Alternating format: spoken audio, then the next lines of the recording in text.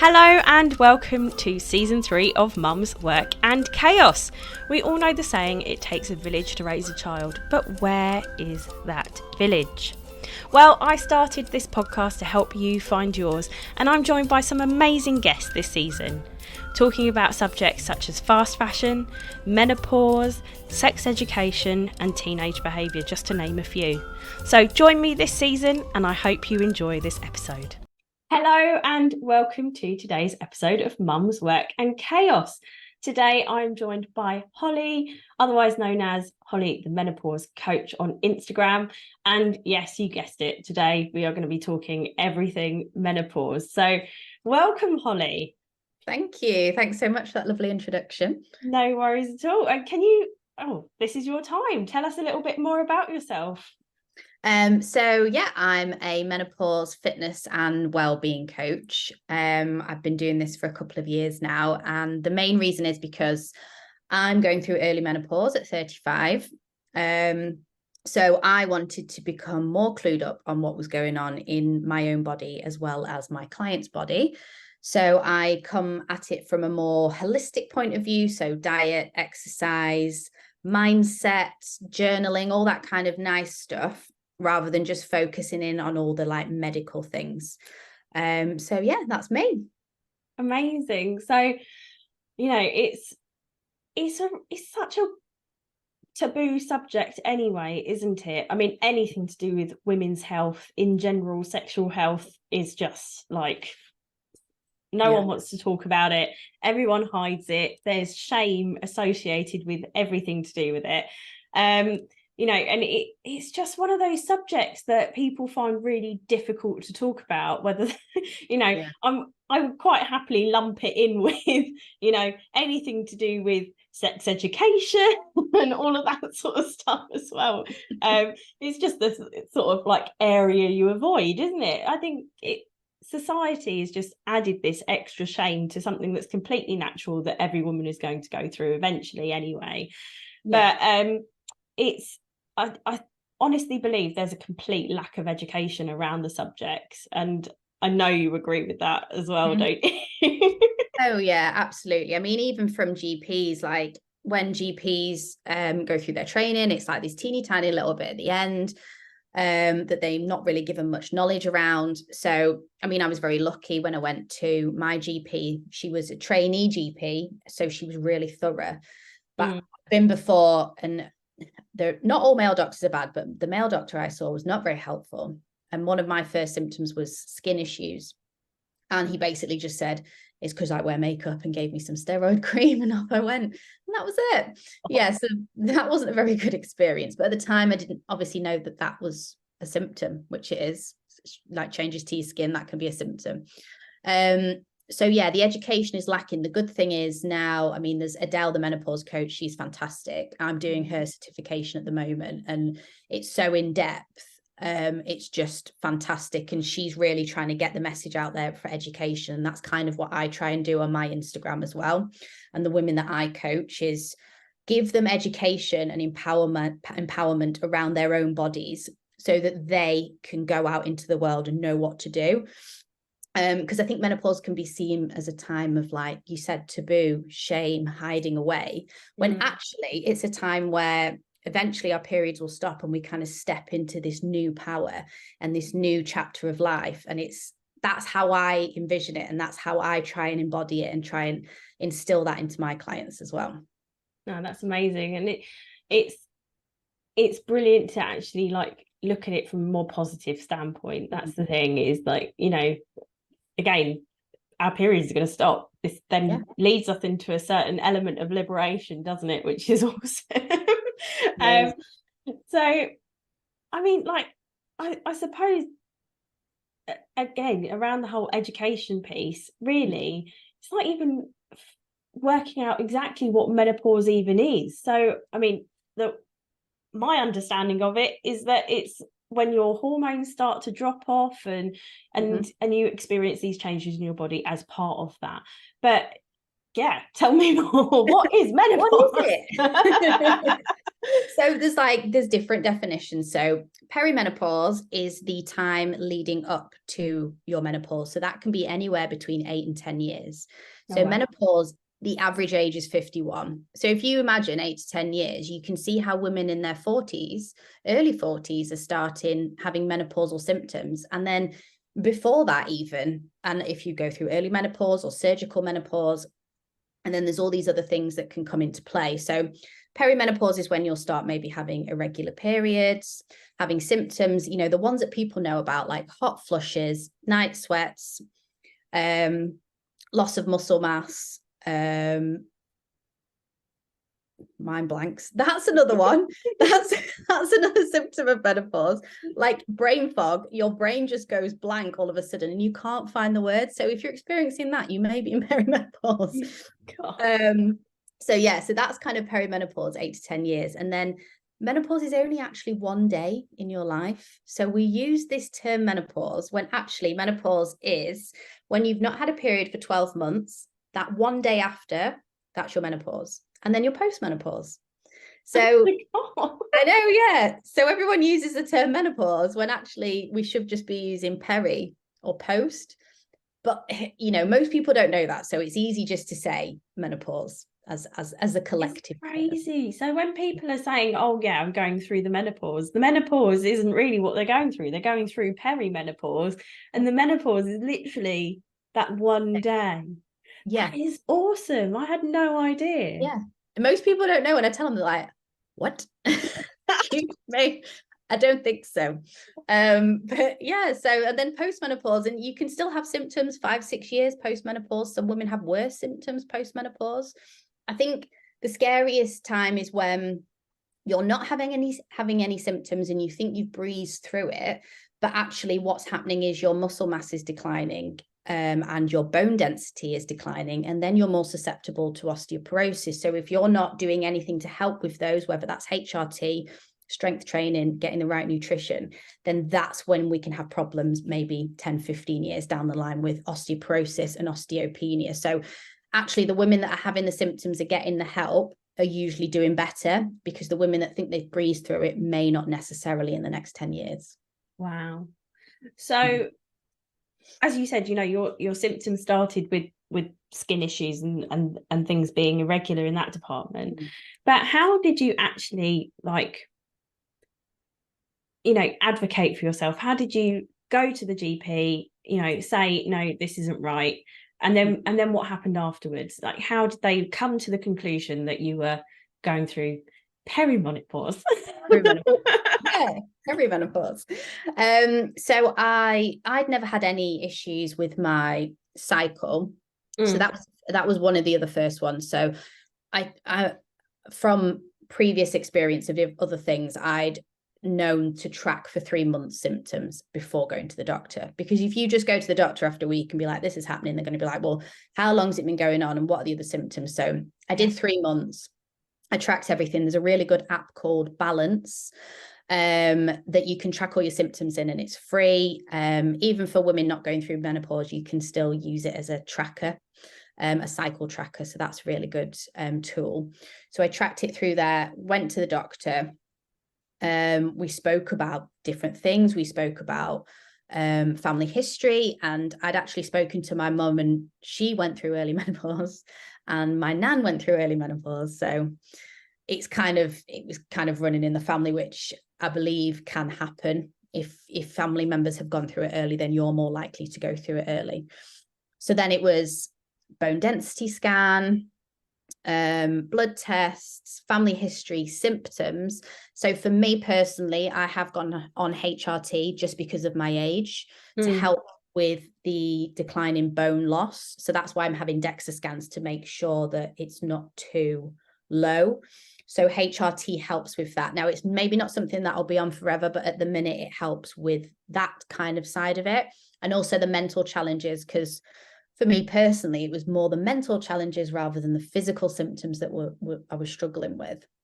So like anxiety and overwhelm and things that I'd never experienced before. Someone who's never really had any mental health issues, it was a bit of a shock. Like, what is this feeling? This is horrible. Yeah. And that kind of helps, as well as obviously other things like meditation and journaling and all those kind of nice things to keep your body in check. And that's awesome. Amazing. So, you know, if someone were listening to this now and were thinking, oh my God, you know, I think I might be either going through, I think I might be going through the menopause, starting to experience those perimenopause symptoms, you know, I'm guessing, you know, we'd say, again, track that for 3 months, go to the GP, advocate for yourself. Do you feel like it actually makes a difference, like the gender of the GP that you go to see?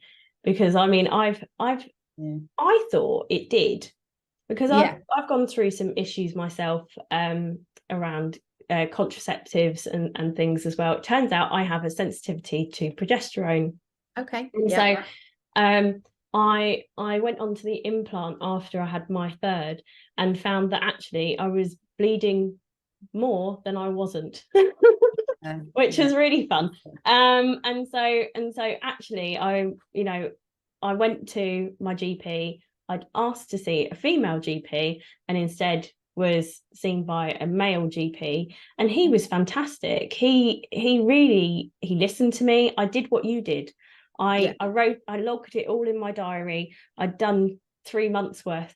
I don't know why though. I feel like it was like a leftover of GCSE science, you know. Just in your brain somewhere. You have to do the experiment 3 times to get an average and know what the outcome's going to be.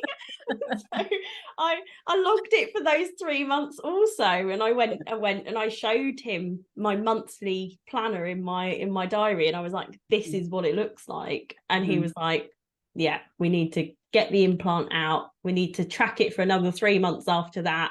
I'm sending you for an ultrasound because I'm worried it could be endometriosis, and actually the progesterone is minimizing those symptoms. Yeah, because apparently if you suffer from endometriosis, they stick you on progesterone to try and help minimize those symptoms as well. And then it was a case of, okay, now we're seeing how this is panning out. But I was actually quite shocked.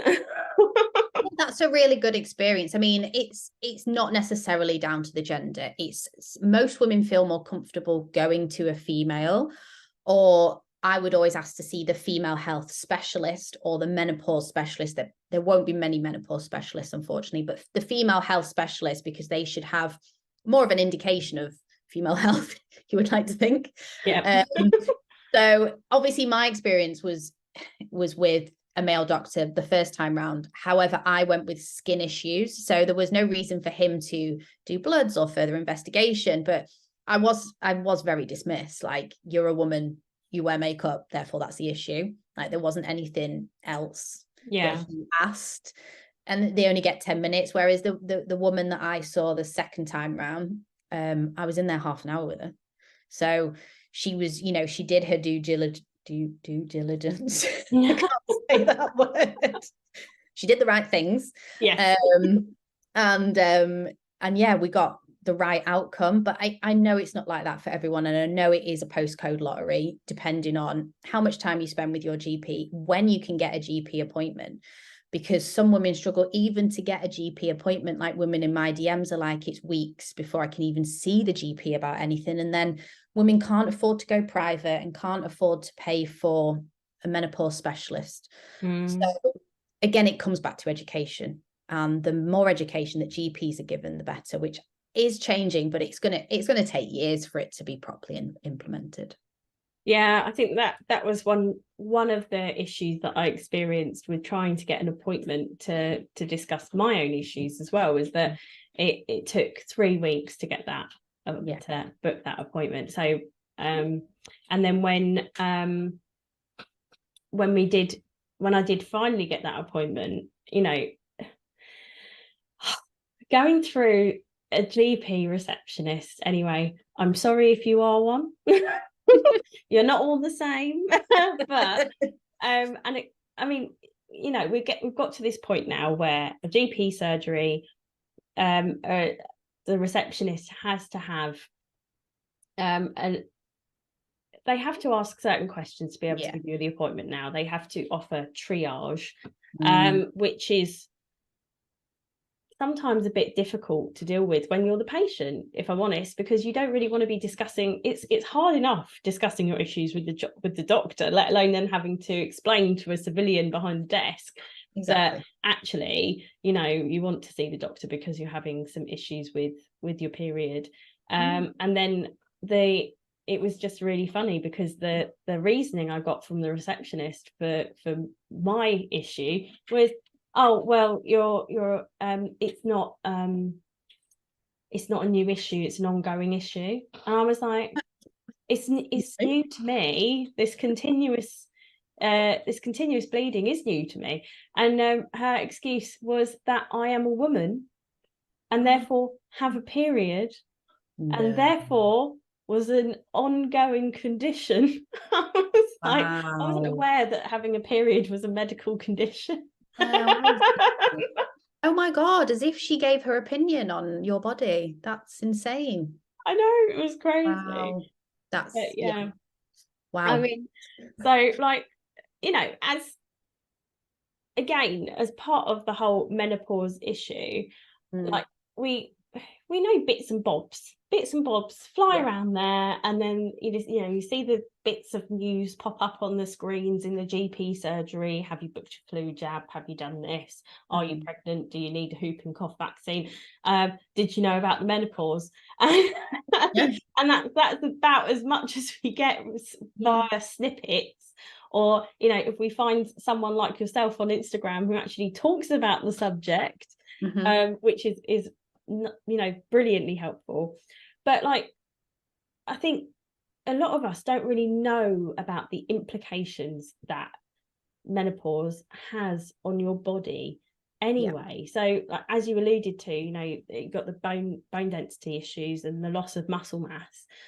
So this is why we see these lovely old ladies who are, you know, hunched over walking down the street. It's because they have those issues as part of the menopause experience, don't they? So they've lost that, and now their body is unable to support itself as well as it could. So what can we do to alleviate you know, the symptoms and issues that we might have around, you know, bone density and muscle loss? So I mean, coming from more like not a medical stance, obviously there is HRT. It can help depending on how severe your symptoms are. It can really help. And it's obviously, there was a big scare back in the 90s, but there's further education come out about that. And because they're transdermal, they're only in your system for 24 hours, the estrogen part. But for a more like lifestyle benefit, I would recommend a high protein diet. High protein diet is not for bodybuilders alone. We as women massively undereat protein, and we should be eating more. That's what I see most when women come to me. Like, we don't really track. I think I've had one woman track calories because, number one, who's got time? Number two, so much stress around it. You're already in a heightened stress position in menopause. So the last thing I want to be doing is weighing out my chicken breast every day. So so we don't do that. So I have this guide, which is basically a plate guide. So as long as you stick to that, if you do a quarter of your plate protein, a quarter carbs, and half of it salad or vegetables, if you stick to that 3 times a day, you can't go wrong. Like, you really can't. So most women come to me and are actually not eating enough. So they're like, oh, so I need to eat more food. I'm like, yes, you need to eat more food and you will lose weight. And it always happens. And they're always really reluctant because, especially as women, we've been in these diet cultures, these yo-yo diets, the slimming world, Weight Watchers, don't get me started on them. When really we just need to be eating really nice, nourishing food. Like, if you cook most of your food from scratch, you'll lose weight. It's just, we live in a society where we want things really fast. Yeah. So this is why people go on these diets and these super crash low diets, and then they lose the weight, but then you put it all back on because you can't sustain that. No. So it's all about healthy lifestyle, high protein diet, strength training, which is basically any kind of resistance training. So weights, resistance machines, yoga, Pilates, they're really good as well. 2 to 3 times a week. If you can only do 2, that's better than doing none. If you can only do 1, it's better than doing none. So 2 to 3 is ideal. But any kind of strength-based training. And then sleeping well, 7 to 9 hours. As women, we need more sleep. A little bit of cardio in there, but doing the cardio for health, not for weight loss. Yeah. So a 30-minute walk a day is plenty. And then also that's going to help your mental health, because if you go outside, even if it is raining, if you go outside for 30 minutes and it just clears your brain and you can think, because our calves are our thinking muscles. So if you go out for half an hour with no phone or put it on silent, no music, no nothing, and just walk and just listen, honestly, it's just like a game changer, and it changes your mindset and just puts you in a better mood. But for health and to protect yourself, strength training and a high protein diet and keeping stress to a minimum and a good sleep routine, and you literally can't go far wrong.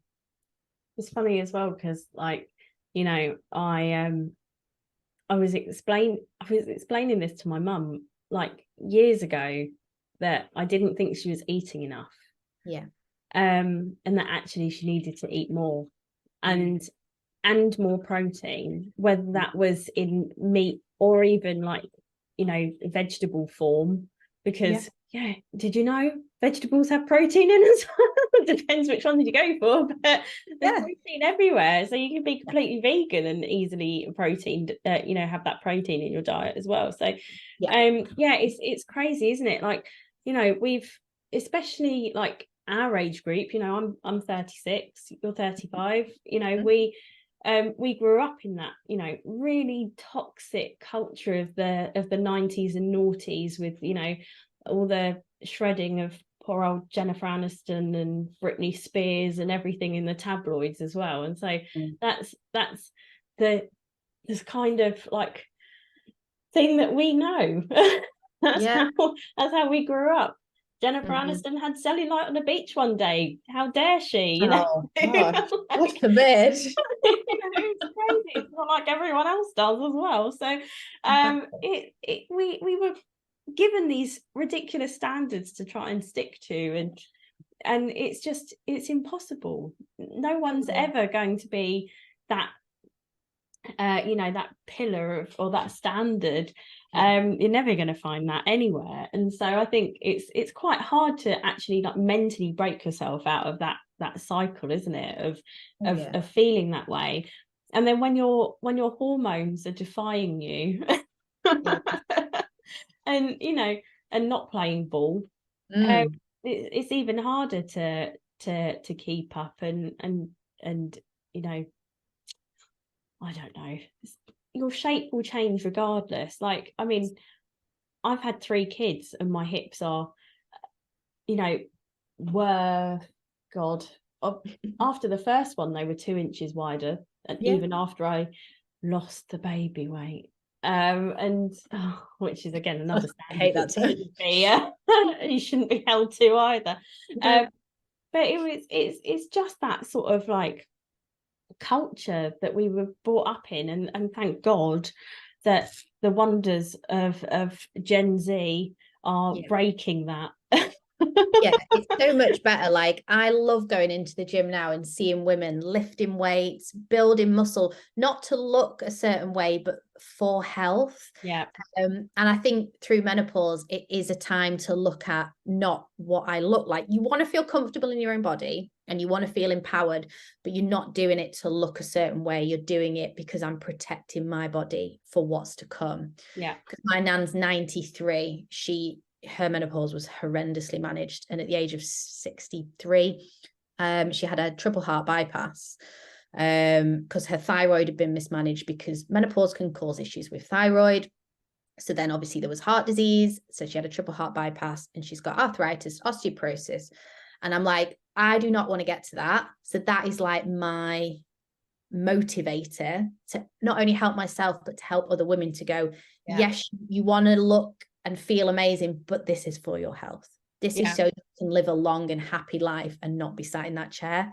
Because she's been in and out of hospital, and you know, every time they go into hospital, you're like, they just get weaker and weaker, and it's like, I don't want to ever be in that cycle. No, exactly.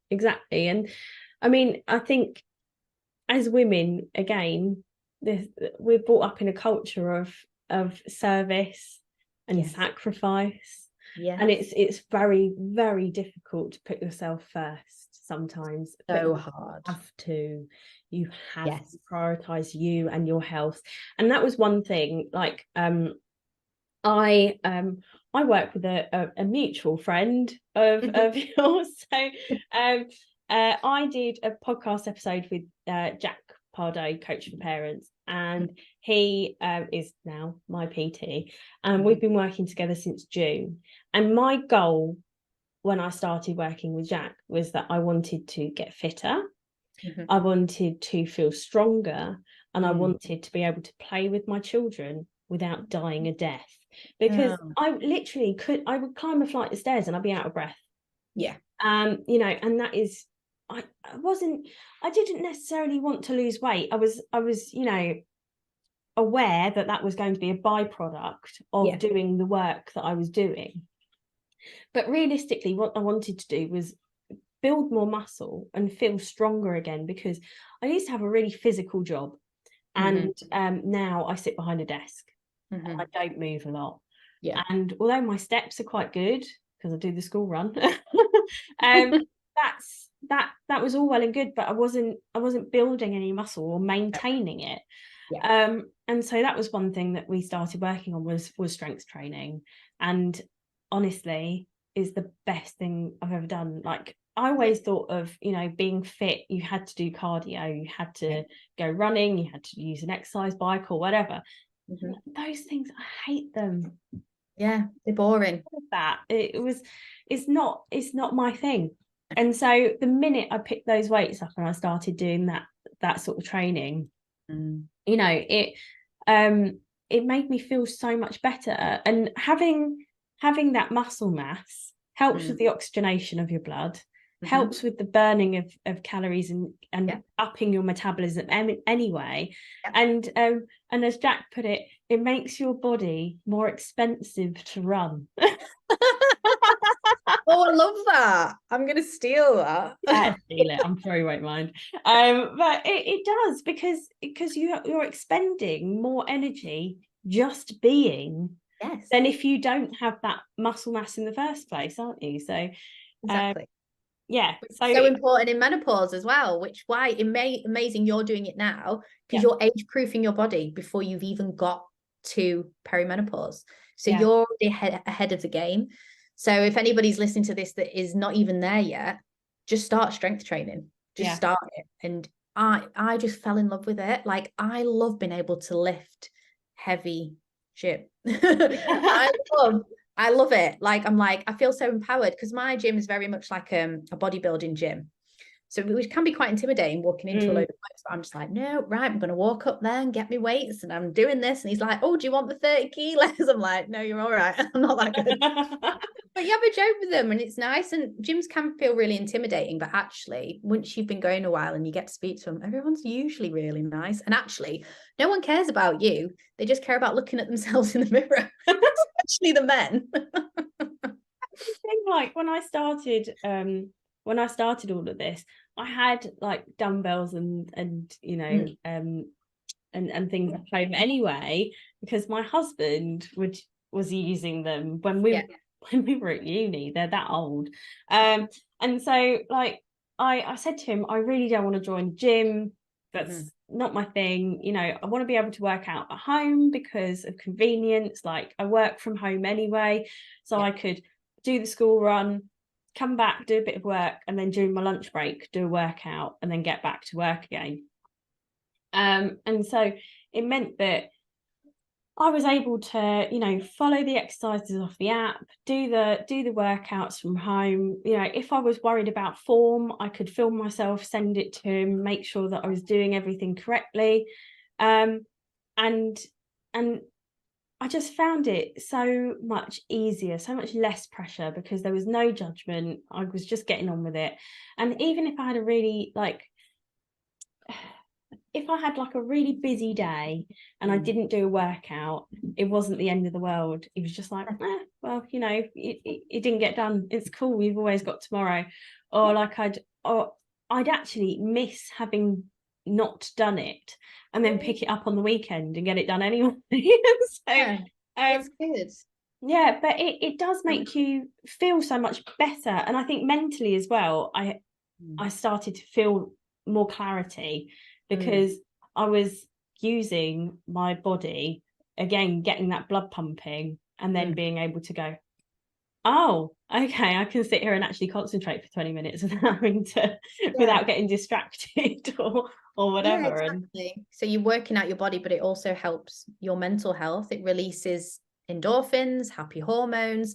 And it is true, the more you do it, that when you don't do it, you miss it. Like there were times like I was doing 4 days a week, now I'm doing 3 because that works for me at the minute, probably because the weather's turning, it's a bit slower, but it's better than doing nothing. So even if like with my clients, they're like, oh, I've not really managed to do this, and I'm like, but you did 1 this week, and that's better than doing nothing. Yeah. So it's about being, obviously, if you're missing weeks and weeks and weeks, then that's not good. But you know, the odd one here and there, it's not the end of the world. But I think people feel like I'm going to tell them off because they've not done it. And I'm like, no, because you did 1 and you're listening to your body. And that's what it's about, especially menopause. And as women, we're very much in the masculine. We're very much in the, I've got this to do. I've got to look after the kids. I've got to cook this. I've got to do this. And we're in the do. Yeah.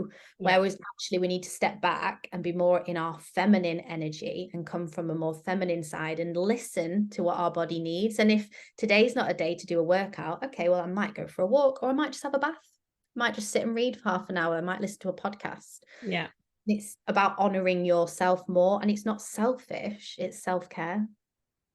I think, yeah, I know a lot of I follow a lot of mum creators on Instagram and things, and it's a lot of what they talk about is around, you know, mum guilt and doing things for you. They advocate for that, obviously.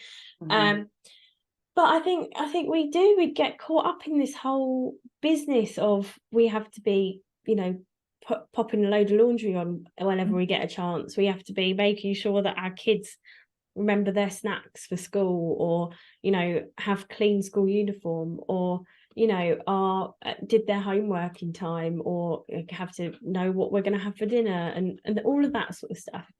And we get caught up in the do. And I think sometimes I do struggle to switch off of an evening even. And that ends up being the time to sit down and Google and research and work out, you know, what, you know, if one of them's got a problem at school, like what can I do to help sort that out? Or, you know, where are we going to go on holiday in the Easter holidays? And all that stuff. And you're just constantly switched on and doing. And I think, you know, trying to find that time to switch off and do something for you can be guilt inducing and shouldn't be at all, because I read this you know, meme put up by another mum content creator a while ago, and it said, I was asked whether I feel guilty for taking the time out and doing exercise when you know, as a mum. And I replied, I'd rather take an hour out to do some exercise or do something for myself rather than be a stressed out cunt for my kids.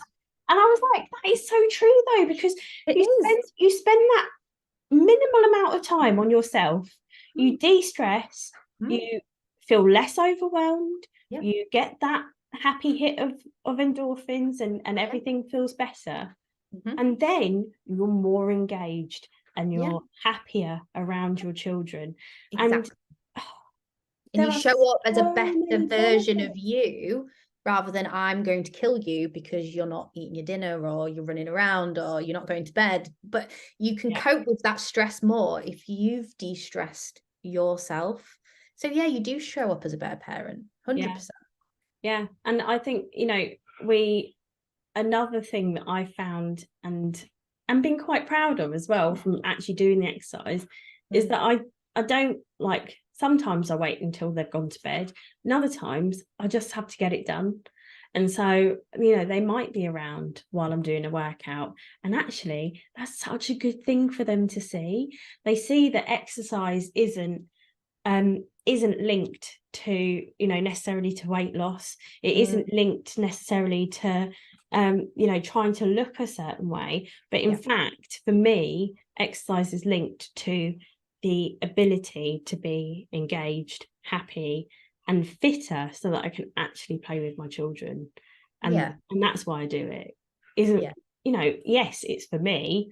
It makes me feel better, but equally it's for everyone else that I live with and coexist with, because I'm not an asshole all the time. And I can actually if I had to, get on a trampoline and jump up and down with the kids without dying within 2.5 seconds. So they get to see fun mum as well.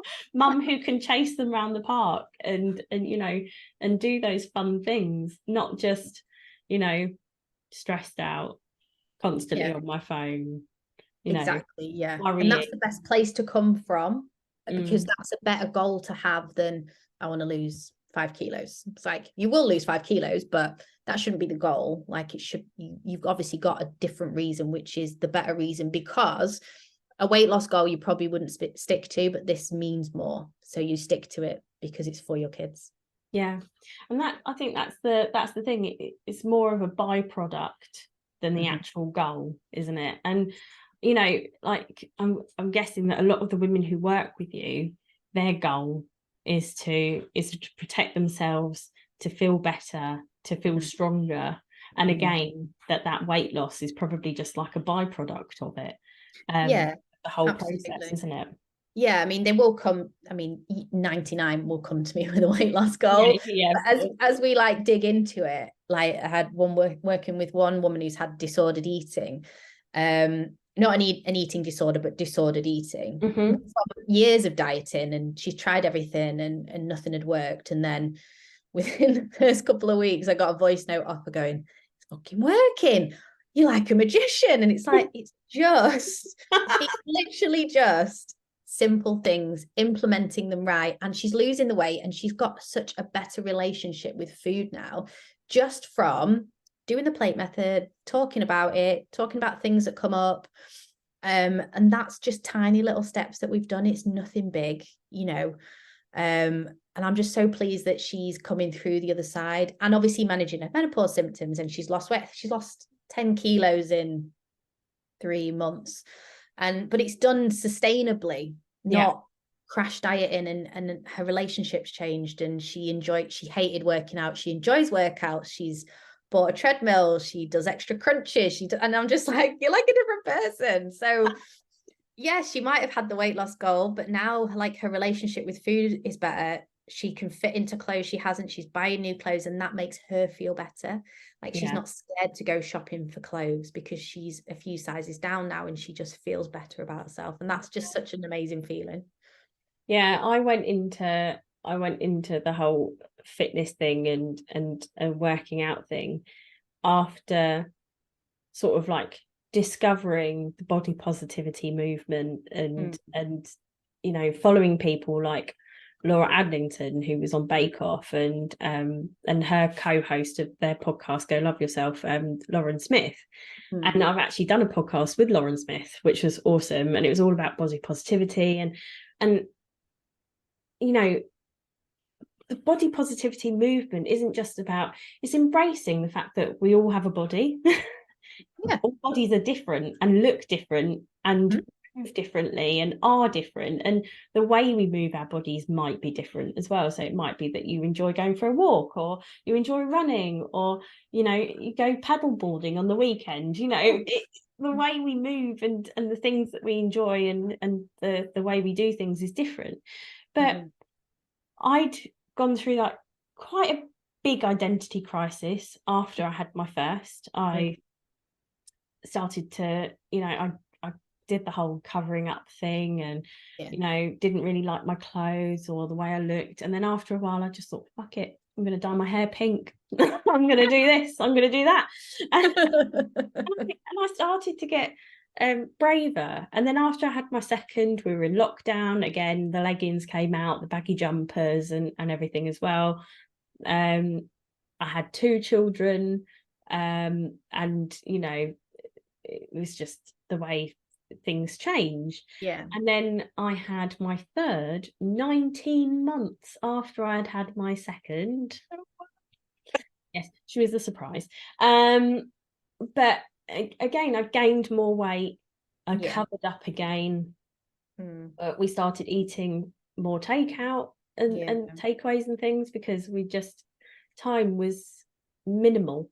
My husband and I were both working, you know, and it just, everything just compounded to the point where, like, I just wasn't happy. And then I saw a picture of myself that someone had taken of me, and I was just like, who is that? Like, I didn't recognize that person. I obviously didn't look happy.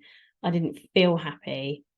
And then it was, a case of sort of like rediscovering that who I wanted to be, moving into that sort of like trying to be fitter and healthier and happier, but also like discovering the sort of fashion that I was interested in, the clothes I wanted to wear, and that's when I came across things like Vinted, because Vinted's awesome. Because like as I started to like drop the pounds from, you know, all the strength training and everything that I was doing, and eating better and eating healthier, because as I said, we were relying a lot on takeaway food, and that meant that instantly your diet is just pants.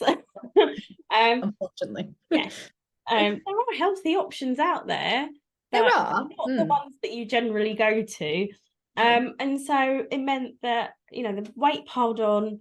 I didn't look or feel healthy. I was moving less, and I was getting, you know, generally unfitter. Yeah. And so after, as I said, after that picture, I sort of tried to, you know, get fitter, feel happier, eat healthier, you know, change my diet, and generally try and, you know, just improve my life. And so as I was dropping that weight, I was like, I'll buy it up. You know, my clothes are getting bigger, and I didn't want to have to like invest in brand new stuff. Like, clothes cost money.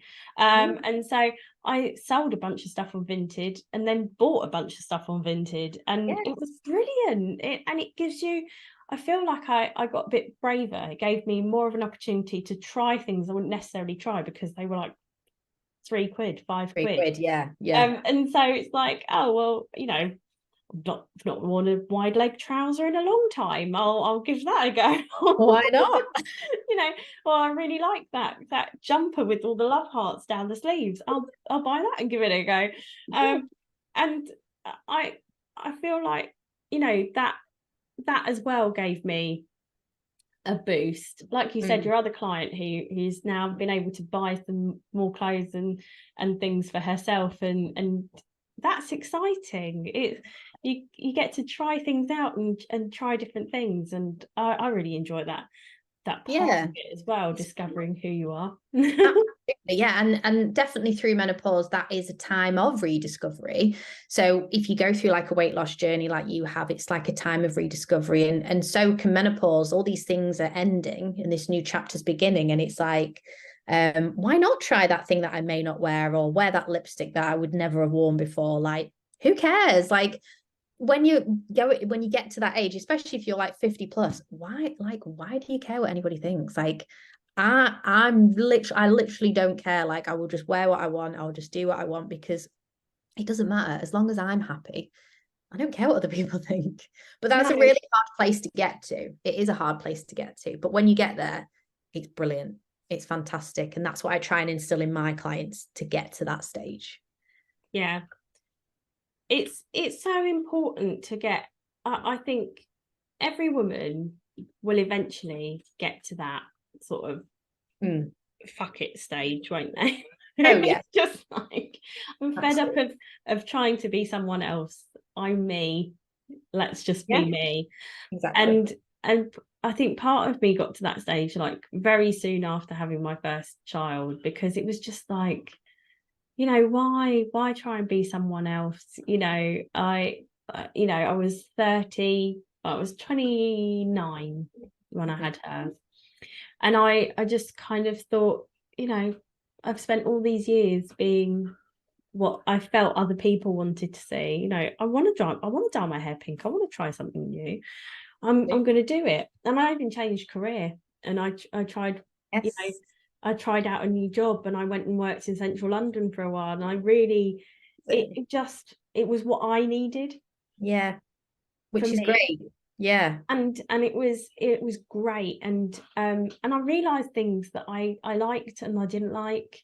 And I'm going to be honest, you're not going to know unless you try.